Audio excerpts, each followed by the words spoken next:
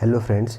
तो आज मैं आपको एकदम शॉर्ट में एनसेड के बारे में बताऊंगा। पूरा टेबुलर फॉर्म है, ठीक है। टेबल के फॉर्म में पूरा एक्सप्लेन किया गया है। इसके अंदर जितने भी एनसेड्स वगैरह है सारे कवर किए। अगर इस टेबल को आपने याद कर लिया तो उसके बाद कोई भी इससे क्वेश्चन बाहर नहीं जाएगा, ठीक है। और प्रैक्टिस में भी सबसे ज़्यादा यही यूज़ होते हैं। तो एनसेड्स का फुल फॉर्म क्या आता है? Non steroidal anti inflammatory drugs, ठीक है। नॉन स्टेरॉयडल है, एंटी इन्फ्लामेटरी है, ठीक है। इसके अलावा ये साथ साथ में एंटीपायरेटिक, फीवर को भी कम करते हैं और एनाल्जेसिक्स, पेन को भी कम करते हैं, ठीक है। तो इसको क्लासिफाई किया है। तो सबसे पहले अपन देखते हैं प्रेफरेंशियल कॉक्स-2 इनहिबिटर, ठीक है। इसमें आप जो कॉक्स-2 और ये सब जो है ये आपको समझ में नहीं आ रहा और इसके ऊपर लॉन्ग वीडियो चाहिए तो आप कमेंट कर सकते हो, मैं लॉन्ग वीडियो अपलोड कर दूंगा इसके ऊपर। लेकिन मोस्टली जो इसमें ड्रग्स कौन कौन से आते हैं ये शॉर्ट वीडियो में अपन सिर्फ उतना ही देखेंगे, ठीक है। तो सबसे पहला प्रेफरेंशियल कॉक्स-2 इनहिबिटर के अंदर पहला जो आता है वो है नेम्बुसोलाइड, ठीक है, जो कि टैब नाइस के फॉर्म में मिलता है, ठीक है। आपने देखा होगा कि जब भी पैरासीटामोल से फीवर कम नहीं होता, ठीक है, और हाई ग्रेड फीवर होता है, मलेरिया, डेंगू, ठीक है, तो उस टाइम पे एनसेड जो होता है ये दिया जाता है। उसमें मोस्टली कॉमन जो दिया जाता है वो है नेम्बुसोलाइड, ठीक है। तो ये बहुत ही इंपॉर्टेंट है नेम्बुसोलाइड, जो कि टैब नाइस के फॉर्म से मिलता है मार्केट में। उसके बाद है डाइक्लोफिनेक। इसके बारे में तो कौन नहीं जानता, सभी जानते हैं, जो कि टैब डाइक्लो इंजेक्शन वोवेरॉन इस नाम से मिलता है। तो ये भी बहुत इंपॉर्टेंट है, ठीक है, डिक्लोफिनेक। उसके अलावा है एसिक्लोफिनेक, ये भी बहुत इंपॉर्टेंट है, जो कि ज़ेरोडोल एसपी जो होता है इसमें कॉमन कंटेंट, बहुत सारे कंटेंट आते हैं, उसके अंदर एसिक्लोफिनेक भी होता है ऐसा, ठीक है।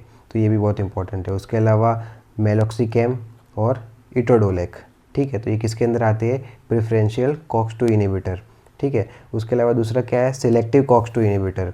उसके अंदर जो होता है ना वो ड्रग किससे एंड होता है? कॉक्सिब, ठीक है। तो पहला क्या है?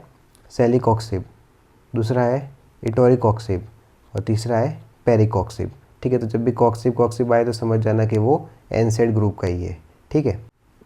दूसरा है analgesic antipyretic with poor anti inflammatory action, मतलब इसके अंदर एनाल्जेसिक की तरह तो काम करेगा, पेन को भी कम करेगा, एंटीपायरेटिक फीवर को भी कम करेगा, लेकिन poor anti inflammatory action, inflammation जो होता है वो इतना ज़्यादा रिड्यूस नहीं करेगा, ठीक है। तो इसके अंदर कौन कौन से आते हैं?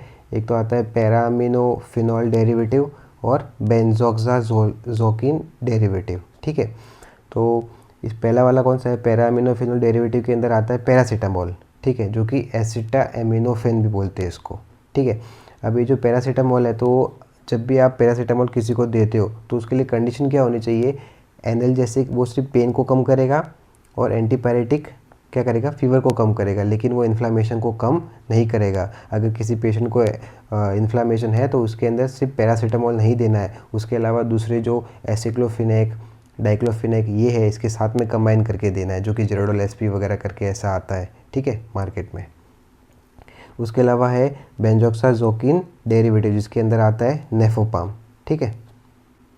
अब कौन सा है? नॉन सेलेक्टिव कॉक्स इनहिबिटर, ठीक है। नॉन सेलेक्टिव कॉक्स इनहिबिटर के अंदर फिर अपन ने क्लासीफाई किया है कौन कौन से आते हैं। उसके अंदर सैलिसिलेट में कौन सा है? पहला एस्प्रिन, ये तो बहुत इंपॉर्टेंट है, सभी जानते हैं एस्प्रिन के बारे में, तो ठीक है।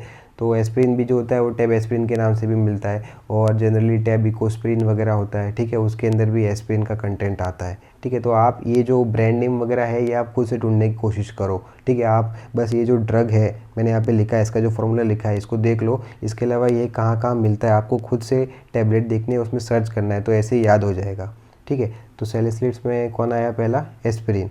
उसके बाद प्रोपियोनिक एसिड डेरिवेटिव, इसके अंदर कौन कौन से आते हैं? इबुप्रोफेन, ठीक है, ये भी बहुत कॉमन है, ठीक है, ये एंटी में बहुत यूज़ होता है ये इबुप्रोफेन, और इसी नाम से ही मिलता है, ठीक है।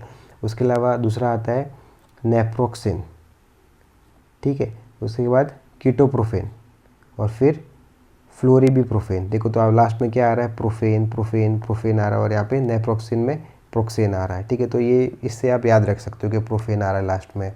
उसके अलावा फेनामिड, तो फेनामिड में आता है मेफेनामिक एसिड, ठीक है, जो कि मार्केट में किस नाम से मिलता है? टैब मेफ्टलस्पाज। ये तो पता ही है कि जब एब्डोमेन के अंदर स्पाजम, ऐसे रेगुलर मसल कॉन्ट्रैक्शन होता है, ठीक है, एब्डोमेन पेन होता है, तो उसमें अपन पेन किलर के फॉर्म में टैब साइक्लोपाम देते हैं, ठीक है। साइक्लोपाम नहीं है, दूसरा है इसके अंदर, कौन सा? ये मेफ्टलस्पाजम। तो मेफ्टलस्पाजम देते हैं, तो इसके अंदर क्या कंटेंट प्रेजेंट है? मेफेनामिक एसिड, ठीक है, जो कि किसके अंदर आता है, फेनामिड के अंदर। ठीक है, उसके अलावा दूसरा है एनोलिक एसिड डेरिवेटिव, जिसके अंदर कौन कौन से आते हैं, पायरोक्सिकेम और टिनॉक्सिकेम। ठीक है, उसके बाद है एसिटिक एसिड डेरिवेटिव, जिसके अंदर आता है कीटोरोलेक, ये भी बहुत इंपॉर्टेंट है। कीटोरोलेक भी जब भी टूथ एक वगैरह होता है, ठीक है, दांत में दर्द वगैरह होता है, तो आपने देखा होगा कि जो डेंटिस्ट वगैरह होता है वो कीटोरोलेक अपने को प्रिस्क्राइब करता है। उसके अलावा अपन रूट कैनल वगैरह करवाना होता है, उस टाइम पे पेन होता है, तब भी अपने को कीटोरोलेक देते हैं वो। ठीक है, तो ये भी इंपॉर्टेंट है।